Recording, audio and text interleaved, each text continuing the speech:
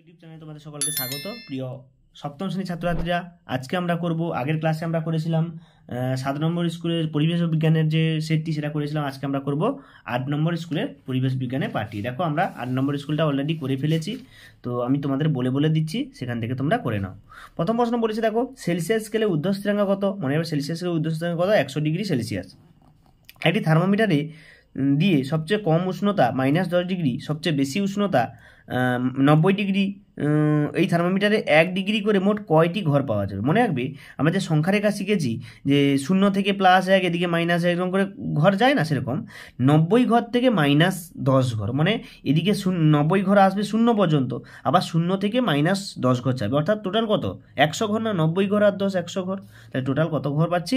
100 ঘর। এখানে আয়রনের যোজা 2 ও 3 হতে পারে, তাহলে ফেরাস যৌগের যোজা কত হবে? 2। ঠিক আছে। পয়েন্টটা, অক্সিজেনের পরমাণুতে প্রোটন, ইলেকট্রন, নিউট্রন দিয়ে দিয়েছে, তাহলে প্রোটন সংখ্যা মানে কি? সেটাই হচ্ছে পরমাণু ক্রমাঙ্ক। অ্যান্সার কত হবে? 8। পরের প্রশ্ন, যে খনিজ মূল্য দেহের জলের পরিমাণ ঠিক রাখে? মনে রাখবে সোডিয়াম হচ্ছে জলের পরিমাণ সবচেয়ে ঠিক রাখে, দেহে জলের পরিমাণটা ঠিক রাখে সোডিয়াম। ঠিক আছে। পরের প্রশ্ন কি বলেছে দেখো না, যে আচ্ছা শূন্যস্থান পূরণ, পদার্থের কঠিন অবস্থা থেকে সরাসরি বাষ্প পরিণত হওয়াকে বলে কি বলে? উদ্ধবপাতন। এটাকে কি বলে? উদ্ধবপাতন। সোডিয়ামের চিহ্নটা এখানে দিয়েছি আমি, এই জন্য। পরের প্রশ্ন, দেহ গঠন ও শক্তি, রোগ প্রতিরোধী খাদ্য উপাদানের উৎস খাদ্য। ঠিক আছে। দেহ শক্তি, রোগ প্রতিরোধী উপাদানের উৎস কি? খাদ্য। পোলোনিয়ামের চিহ্ন পিও এবং আমেরিসিয়ামের চিহ্ন হচ্ছে AM। ঠিক আছে, AM। ভিটামিন ই কি কাজ করে? ত্বক এবং মস্তিষ্কের সক্রিয়তা বজায় রাখে। বলে দিচ্ছি আমি, ত্বক এবং মস্তিষ্কের সক্রিয়তা বজায় রাখে।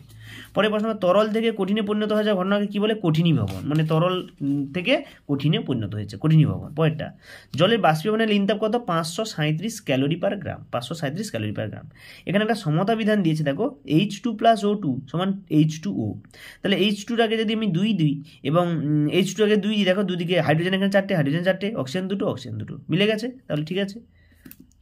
এরপরে প্রশ্ন দেখো, দেহের স্থূলত জনিত যে কোনো দুটি সমস্যা, অর্থাৎ আমরা যদি খুব মোটা হয়ে যাই বা ওজনে খুব ভারী হয়ে যাই, তাহলে আমাদের দেহে কী কী সমস্যা হয়?